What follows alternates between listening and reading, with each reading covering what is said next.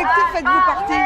Le collectif chrétien contre le génocide, qui existe depuis un certain temps face au silence de l'Église catholique en France. Et nous sommes porteurs des valeurs chrétiennes et toute personne peut se joindre à nous contre l'oppression des Palestiniens, contre toutes les injustices qui sont perpétrées contre les Palestiniens. Nous sommes pour la justice et pour les valeurs de l'Évangile.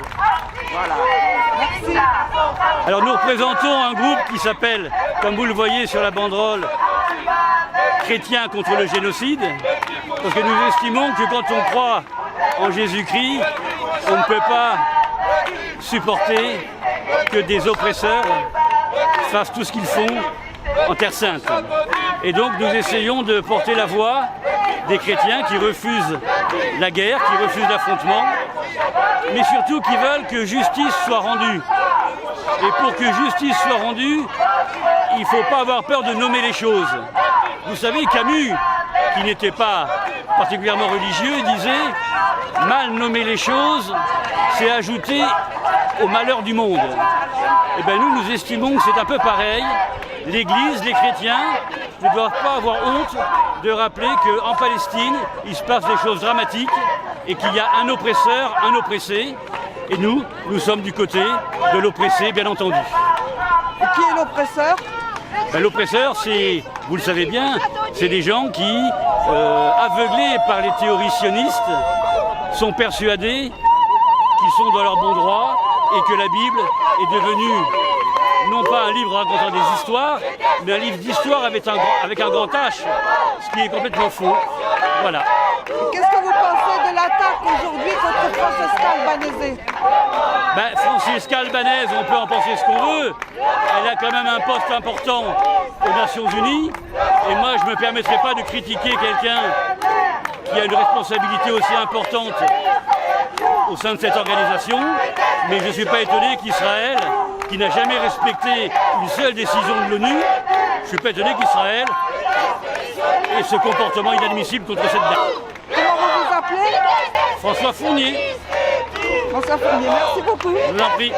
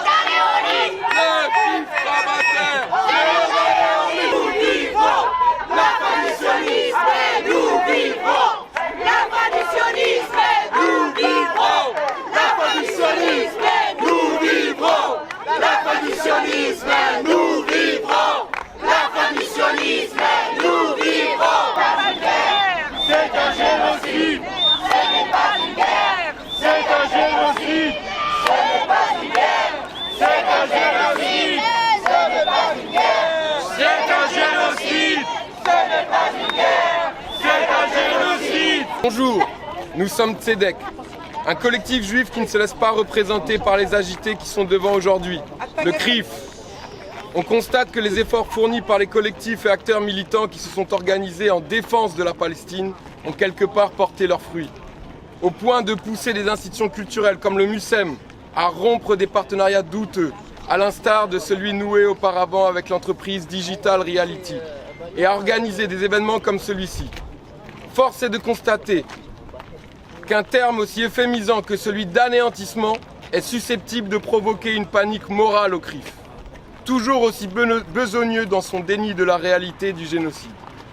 Ils sont dehors, nous sommes dedans, quelque part.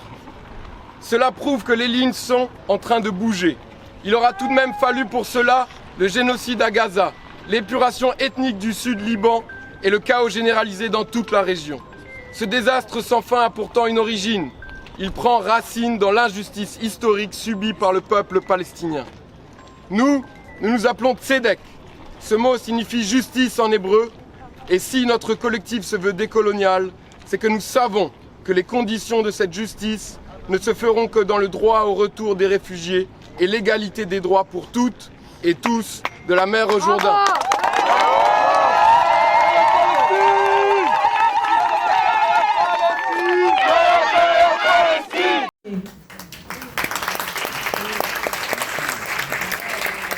Oui, Francesca. Oui, je dois simplement vous communiquer que je savais qu'on aurait continué jusqu'à 11h. Dans 3 minutes, je dois vous quitter parce que j'ai un entretien. Je suis désolée. De toute façon, on arrive, nous aussi, à la fin de la table ronde. Je crois qu'on arrive à la limite.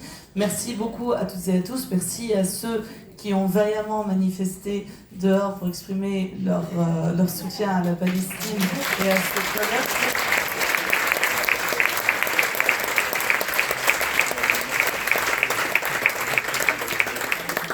Merci aux intervenants et intervenantes, Ahmed Achour, Aïda Delfouesh, Marion Slitine, au public, merci Francesca Albanese de t'être rendu disponible. Effectivement, on recommande la lecture dure mais nécessaire du dernier rapport de Francesca sur les tortures justement en Palestine.